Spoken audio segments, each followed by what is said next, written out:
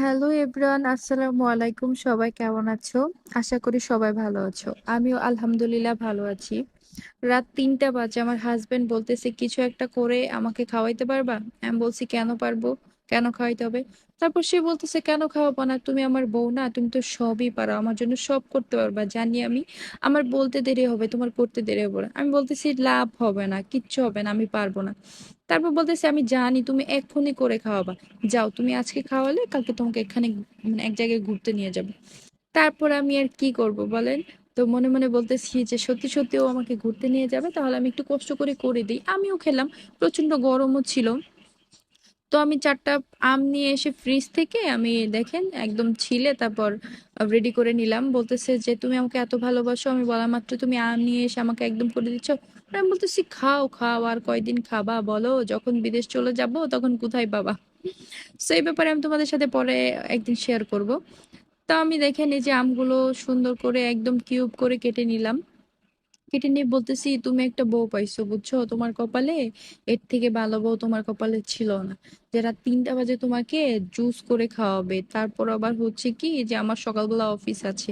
তা আমি তো ভাই চাকরিজীবী, এটা তো আগে বলা হয় নাই, তো আমার সকালে অফিস আছে। তারপরও আমি আমার সাহেবকে দেখেন রাত 3টা বাজে আমি জুস বানিয়ে খাওয়াচ্ছি। তো এখানে আমি কিছু আমের কিউব আমি ব্লেন্ডারে নিয়ে নিলাম। তো মোটামুটি নরম শক্ত আম হলে সমস্যা নেই, যেহেতু আমরা ব্লেন্ড করব। আর যদি একটু নরম মিষ্টি আম হয় সেক্ষেত্রে চিনির পরিমাণটা কম দিলেও হবে। তো আমি এখানে কিছু কিউব নেওয়ার পরে আমি প্রায় 3 থেকে 4 চামচ চিনি নিয়ে নিয়েছি। তো এখানে পরিমাণ মতো আপনারা লবণ দিয়ে নেবেন, আমিও একটু লবণ দিয়ে নিয়েছি। তারপর ফ্রিজে ঠান্ডা পানি ছিল, ওইটা আমি সাথে মিক্স করে নিয়েছি। তেমন পানি না দিলেও হবে, অল্প পানিতেও হয়ে যাবে। তো এখানে আমার ঘরে আগে থেকে একটা ক্যান্ডি ছিল, ম্যাঙ্গো, মানে আমের একটা চকলেট ছিল, ওটা আমি একদম পেস্ট করে একদম গুঁড়া করে ওটা দিয়ে দিয়েছি। এটা দিলে কি হয়, একটা আলাদা একটা ফ্লেভার আসে।